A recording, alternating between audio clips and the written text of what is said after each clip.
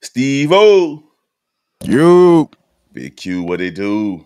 What's up? Hey, man, we got a lot to talk about this morning. Of course, all Chicago sports topics. We will be discussing the Lonzo Ball effect. As everybody knows, he'll be in and out of the lineup. What does that mean for the rest of the team?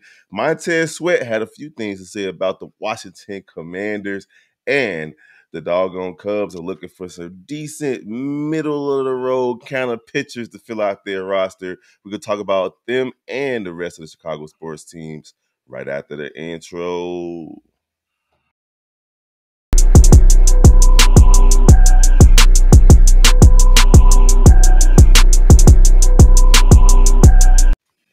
Good morning, Chicago sports fans. Welcome to another episode of Chi-Town Sports Central. It's your boy, Big Bro, in the building with Q and Steve-O Speaks.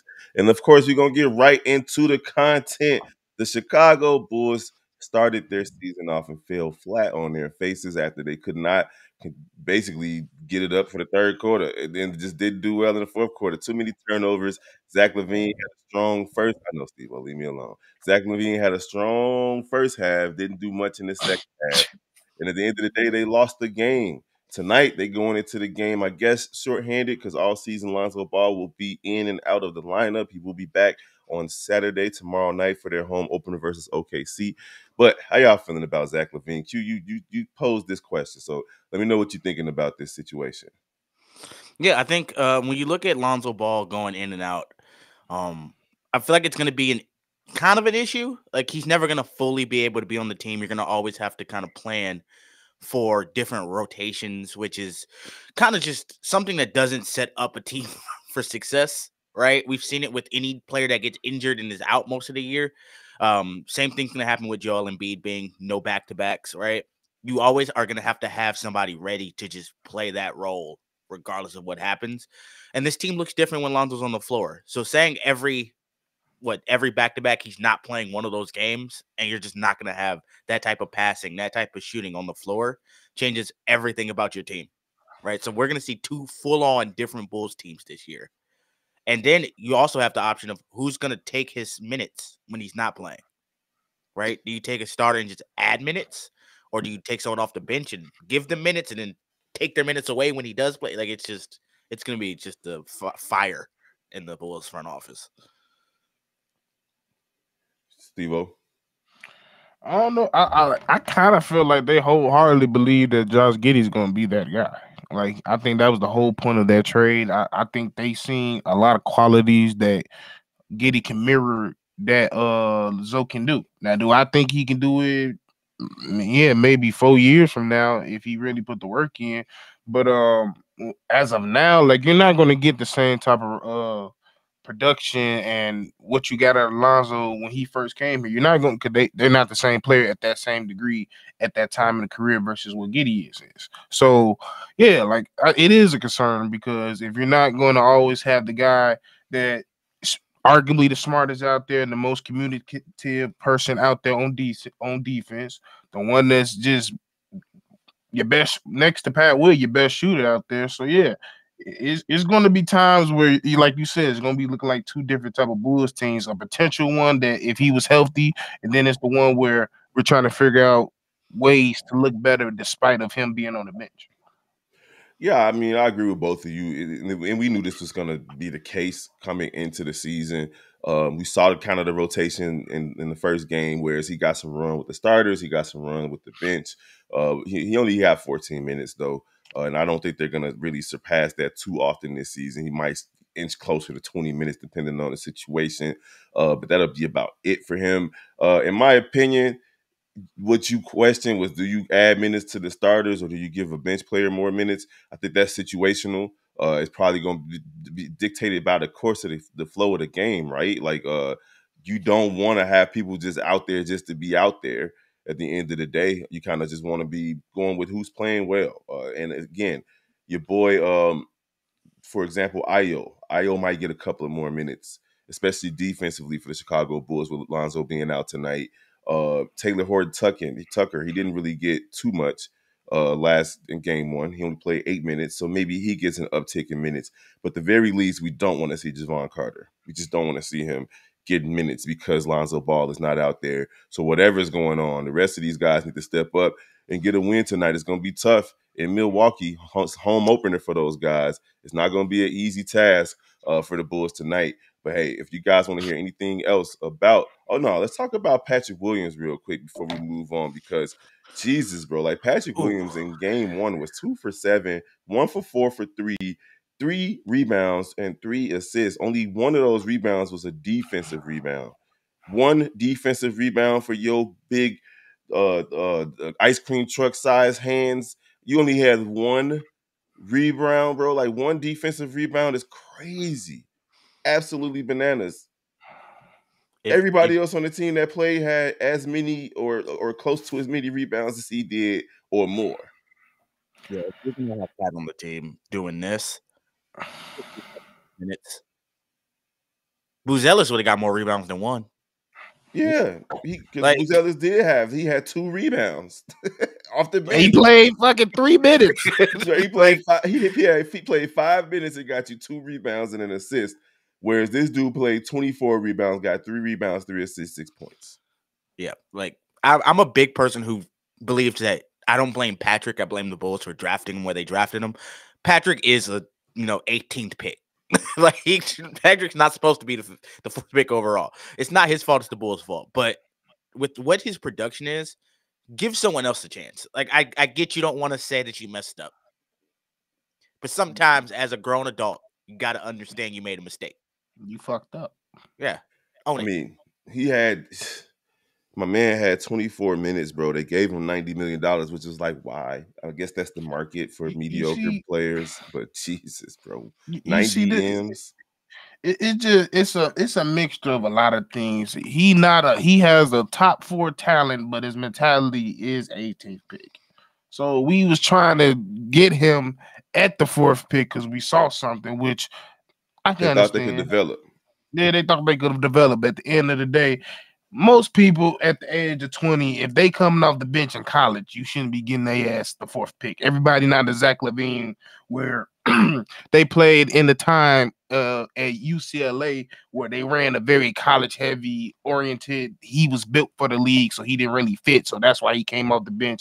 Devin Booker-esque type thing when he kind of came off the bench, some starting role, and then you turned him into a superstar.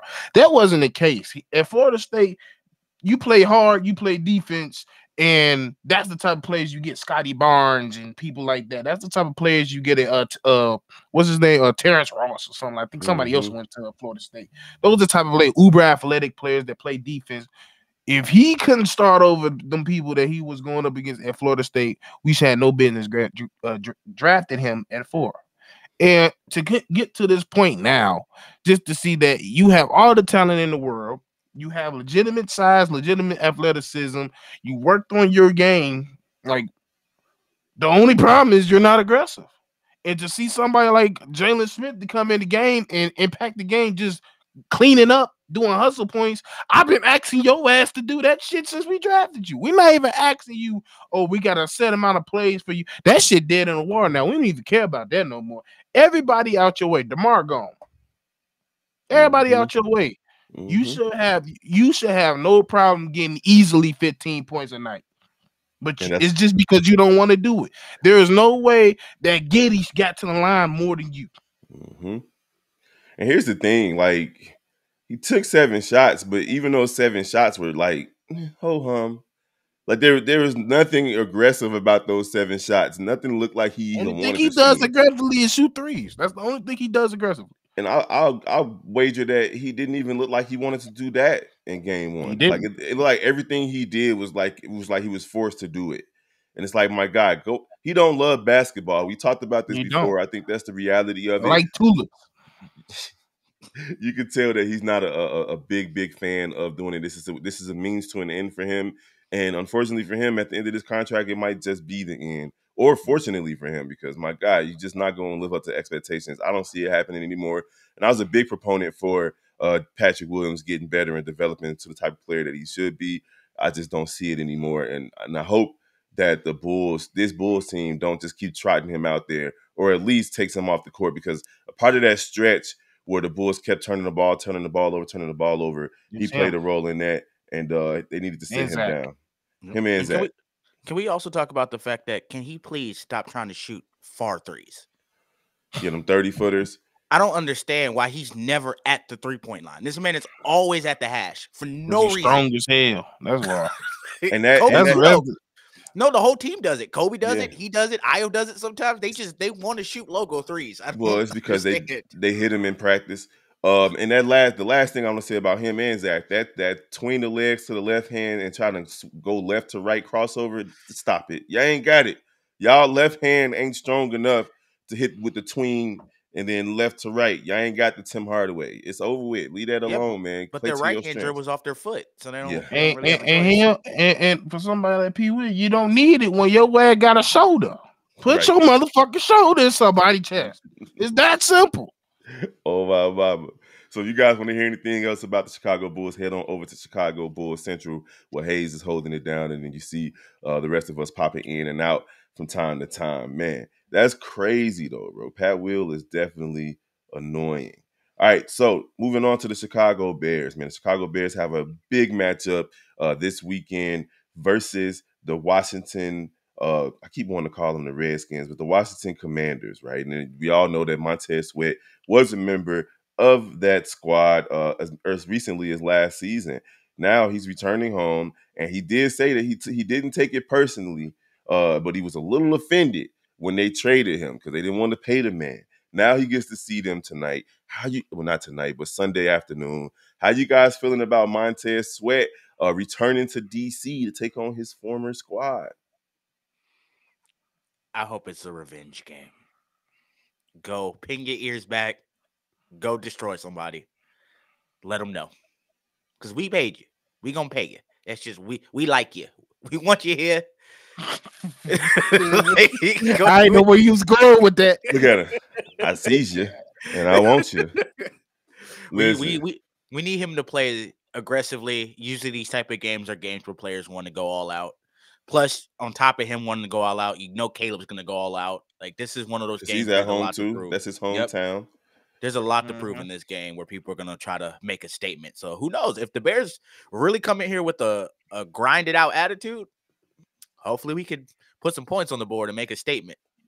Now Montez did say, I'm just happy being somewhere that I'm wanted, being in a place where they want me to be, and I've got a spot. It's just a good environment. You're around guys you want to play for. You're around coaches you want to play for. That makes you want to go hard. That adds a big part to your game. It's a business. I understand what comes with that. I was offended, but I didn't take it personal. Well, guess what, my guy? We need you to take it personal on Sunday. We need you to go out there and take it personal. We need you to take it personal on whichever quarterback they trot out there. Smack that man into oblivion. Bow. Hit him hard. And stand up and point to the crowd after you do it.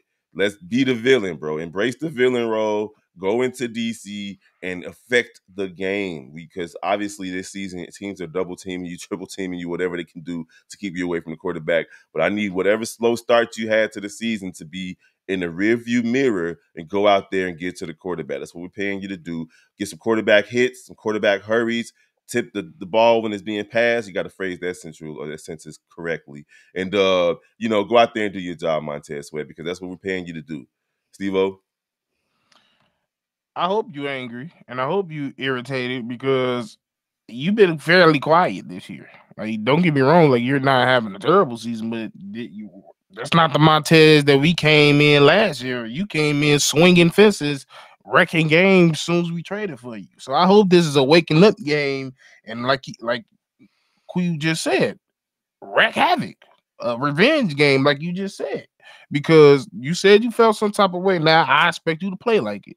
Don't come out here and say these statements out in the streets, and then come game time, you out there looking like a puppy that don't want to hurt their little son out there. Like, do what you got to do. And that's what I'm expecting. Go wreck out. This is a game where you should wreck it, because we gonna need it. This is a team that don't punt a lot, so we gonna need you to get on these motherfuckers on third down. Not only do they not punt a lot, they do run the ball a hell of a lot. Their offensive line has been solid, so it's not an easy task for him and the rest of the defensive line. But the Chicago Bears can do themselves a favor by starting strong. We haven't seen them really start strong in the first quarter all season, but if they start to make these guys have to pass the ball, then of course Montez Sweat will have more opportunities to get to the quarterback. So if you guys want to hear any more analysis on the Chicago Bears, head on over to Chicago Bears Central, where Hayes, Bobby, C-Dub, Steve and myself hold it down every day and every Sunday with live calls. You can join us on Chicago Bears Central with C-Dub leading the way as the best live caller in the game. That's bar none. Everybody on TNT, ESPN, whoever. All right.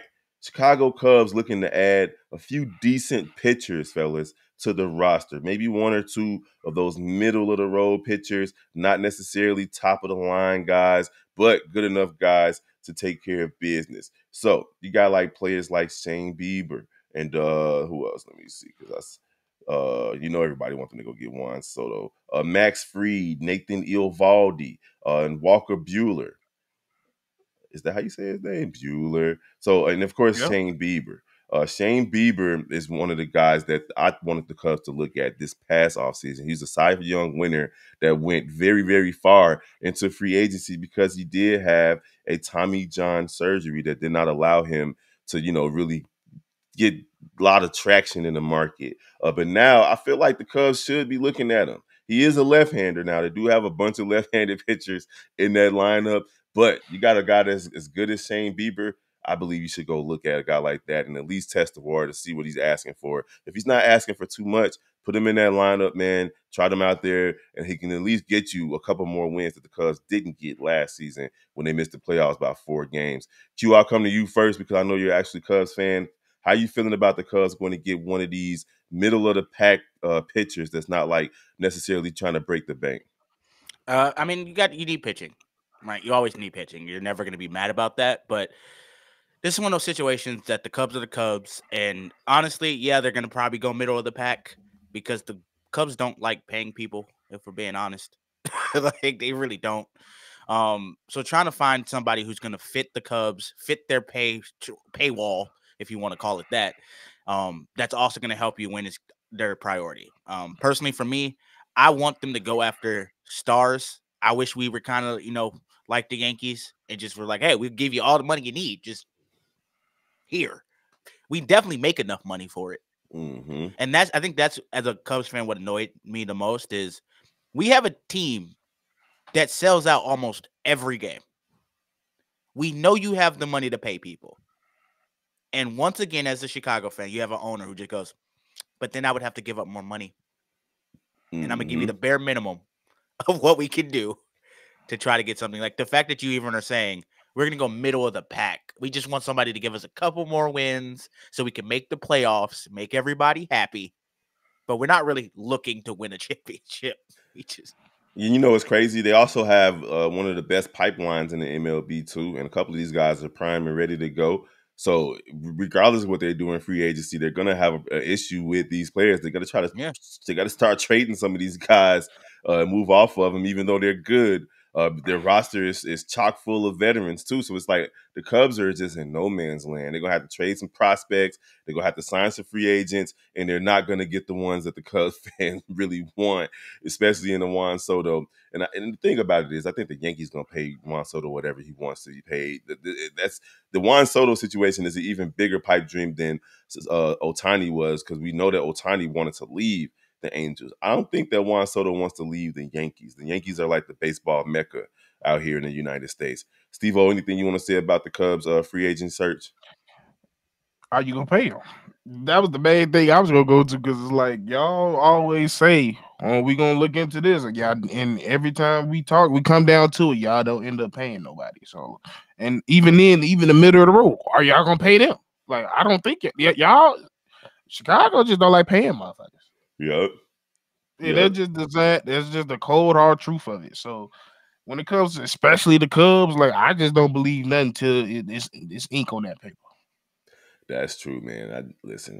hopefully the Chicago Cubs take care of business and do what they're supposed to do. All right, if you guys want to hear anything else about the Chicago Cubs, head on over to Chicago Cubs Central. Now, speaking of baseball, we'll stay right here in Chicago baseball topic with the Chicago White Sox. The topic for them is just revolving around their stadium and whether or not they're going to stay in Chicago, where the commissioner of Major League Baseball joined FS1's Breakfast Ball on Wednesday morning. Commissioner Rob Manfred, he joined them, and he was asked about the future of the Chicago White Sox in Chicago, and he stated that Chicago is an anchor city, and that Chicago baseball is a this city is a two baseball team town.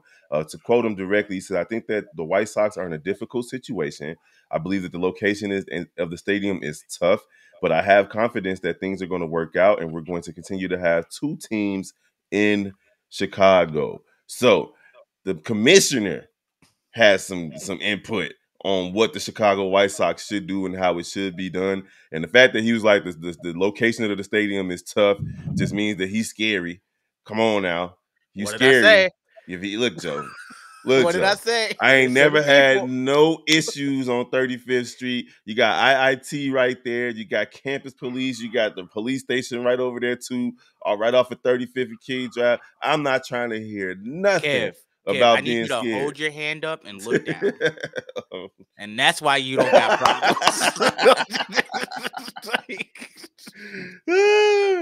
Oh man, but here's the thing about that, bro. The problems are typically perpetrated against ourselves. Like, it ain't like we seeking out the Caucasians to hurt. They all at the White Sox games, bro. Whenever I go to White Sox games, it's majority not us at the games. We don't even really watch baseball like that. So I think that the location of the stadium is kind of overblown. You're not hearing about people just getting robbed, walking to the game from their car, because they walking don't to the walk car. there. They get to the parking lot and then they leave. They do park in the parking lot. How do people take the train to the White Sox game? A lot, bro. It's a lot. I'm just gonna be 100, bro. It's a lot. They come from they South Loop cribs and they jump off on 35th and they walk up them stairs. I've been to many a White Sox game and they go, "I'll take that red line train." It's probably the safest time to be on the red line when it's packed full of White Sox fans, bro. That's just the reality. You can't fucking move, right? So the fact that people are saying that the location is the issue, I think it's overblown, bro. I really do think it's overblown, specifically for White Sox games.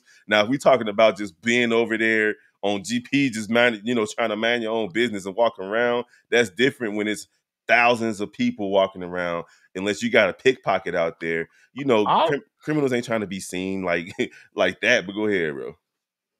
I'm just the issue is, but it's us. It's not the team. It's the team itself. It's not. It's the team. Wow, we are worried about the wrong thing. Yeah, that's the whole thing. Everybody's looking at this stadium situation as a why. Why are y'all so eager to get this thing done? We finna have a brand new nice ass city in the South Loop for what? Yep. And that's the main reason. They're just the other people. They're just trying to turn this. We know why they trying to have that conversation. They're trying to spin the narrative. Yeah, we're ignoring you. Shut the fuck up. That ain't the reason. The main reason this conversation is not being brought seriously enough is because we are one of the worst teams in franchise, MLB, and we don't know what the futures hold. There's no silver lining when it comes to this franchise. So the fact that we talking about a stadium instead of fixing the team, that's the issue. Mm-hmm. Have y'all seen the mock-up for the stadium?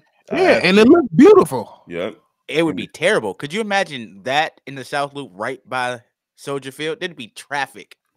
Well, it's far enough away from Soldier Field. I feel like it's better to go into a fucking neighborhood and have a stadium in the middle of that bitch, but that's me personally. Yeah, I don't mind where they are proposing to build a stadium, but I'm right there with Steve-O. The fact that they're even trying to build a stadium is bananas, bro. Give us a winning product. Give us something to root for.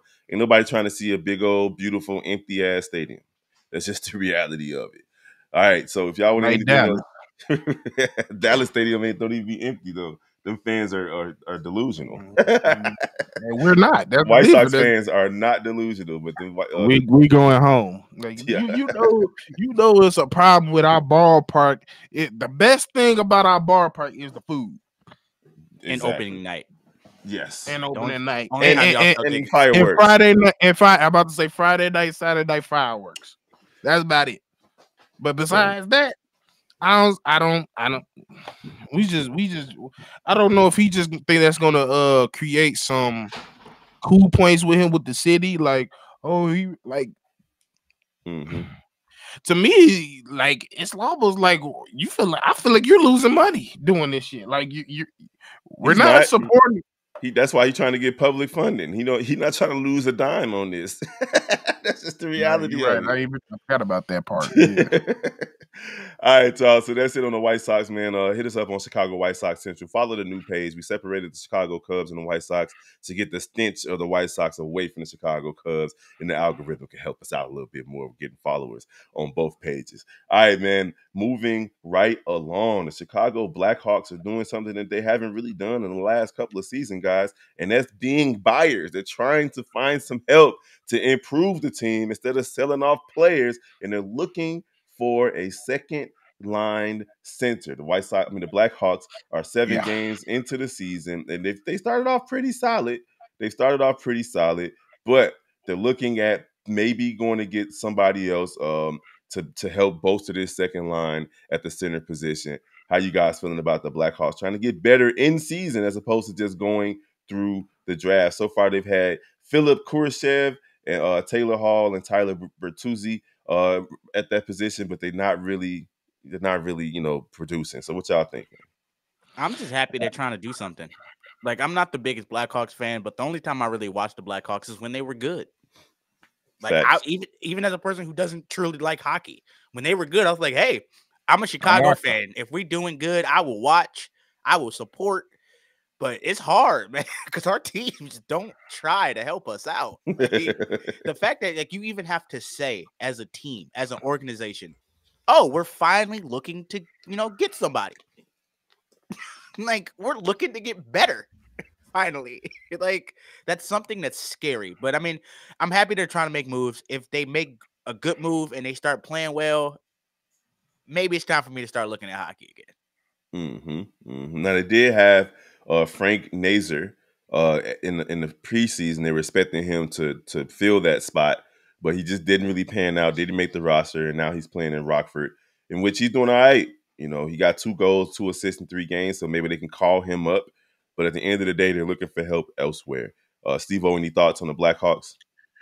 Yeah, like it makes sense for them to do it because there's just a couple players on that defense that just, especially they not really living up to what we brought them here for. Like I forget which one it is, but like he was just one of the good skaters, and he not even skating good. Like, god damn, like he not fast, he's not Ain't moving his ain't like. skating the goal, the point of I hockey? mean, no, no, like you got players that's like really good at skating compared to other ones that like, because they can move, they can cut and slide. Like he was real like technically sound when it comes to skating. This shit, he just look fucking old. Like I forget. I think it's the was Tansuni or whatever his last name with a T. But yeah, they just don't look. It's just a couple people in their star lineup, even the death please. Like it's clear, like we can get better. And if we can out here find better, this team can look better. So the fact that they looking early, like I don't even think they 15 games in. Like, yeah, go Just ahead. 7 games. They start pretty. Yeah. They usually start right at the same time as the NBA, but they started about a week and a half sooner than the NBA this season. So, but it is what it is, you guys. If y'all want to hear more about the Chicago Blackhawks, head on over to Chicago Blackhawks Central, where the gang is holding it down. Man, Yeah, last topic, Trevino y'all. suck. I had to say, I think his name is Trevino. Trevino suck. All right, so we had some breaking news yesterday from Shams. How you say his name? Sharania. We just gonna call him Champs. Chicago Sky Star Angel Reese has agreed to a multi-year endorsement contract extension with Reeboks with a signature shoe release in 2026. ESPN has learned Reese set the rookie record for rebounds in a single season with 13 point and the most. She averaged the most rebounds in WNBA history, and she would have set the record for rebounds in WNBA had she not gotten hurt in the last week of the season. But At the end of the day, all the slander that this young lady is receiving for her on the court efforts, I don't care what you got to say. You can't say nothing about her off the court efforts. She is securing the bag in multiple ways. And she jumped on Twitter yesterday that said, God is good. Maybe I can afford my rent now. How you guys feeling about Angel She's so damn Reese? petty. Exactly what Steve was saying. I love her because she's petty. Amen. Go Amen. after people. Like, she young, she making money moves, she living her life. Like, hey, let somebody be good. Like, a lot of people who complain about Angel Reese are people who work a 9 to 5 and wish that they could fly on a jet and have their own endorsement shoot. Like, she's doing what she needs to do. She's making good money. And honestly, Reebok is trying to make some moves. Angel, Montez, like they trying to get back in the game. Their shoes always ugly, so I don't know if they're going to, but it's good to see her doing something. See, the shoes are always ugly, except for the first Iverson. So go ahead. And the second ones, I like those second Yeah, ones. the questions and the answers was raw. Yeah. The third ones was solid too. Yeah, like when it comes to her, like she realizing that hate is gonna pay. And hate's always gonna pay. And that's one thing she's starting to realize. But one thing I do like about Reebok, and I think will change, like he said, the shoes have been ugly. It sounds like, and I don't know if you listened to the her episode with Shaq yesterday, but it sounds like they're allowing a lot of Reeboks to do whatever the hell they want. Like she she asked Shaq, "Do you like my logo?" She like, "Do you like your logo?" You're like, "Yeah, that's all that matter. I don't care. It don't matter what I like." So the fact that she even mentioned that's the reason why she picked Reebok, because she says I could have easily went to Nike, I could have easily went to Adidas. She said I'm still seeing girls still not getting respected when they're being signed to these things. So the fact that I'm able to do whatever I want, how I want, she was able to drop a whole like just a dress fit line, regular shoes, everyday wear type of thing. It's just great on top of that. And yeah, it's just more to talk shit about. She earned it. And yeah, like I can't wait to see what it do when it drop, because it's just clothes. We already know she's gonna have hella colorways, hella custom shoes, because she was customizing shit and wasn't even her shoe. So I can't wait to see what she do now. Yeah, I'm excited for the young lady, man. And you know, I wish the shoe was coming out prior to 2026. Like, why is it? What type of development team do they have where it got to take a year and a half to get a signature shoe out? But I guess that's what happens with a lot of players. It took a while for Victor Wembanyama's shoe to come out, so on and so forth. So I and it get still ain't out. Exactly. So I get it, man. They getting they testing the market, because you know the shoe game is just different, man, and people like to see good shoes, and you can undersell in them situations. I don't know how the Anthony Edwards shoes is doing, but Great. yeah, and but got some good shoes. I say the top shoes right now, KD still Kobe's got them. and KD's. I mean, they aight, but I think the top shoes are actually Sabrina Nescu shoes. A lot of pro players in both WNBA and NBA are wearing them. I mean, Kyrie people still still got wearing them. Kyrie's, people still wearing Kobe's, and I'll say Anthony Edwards shoe. A lot of people are wearing Trae Young shoe, and a lot of people still wearing Hardest.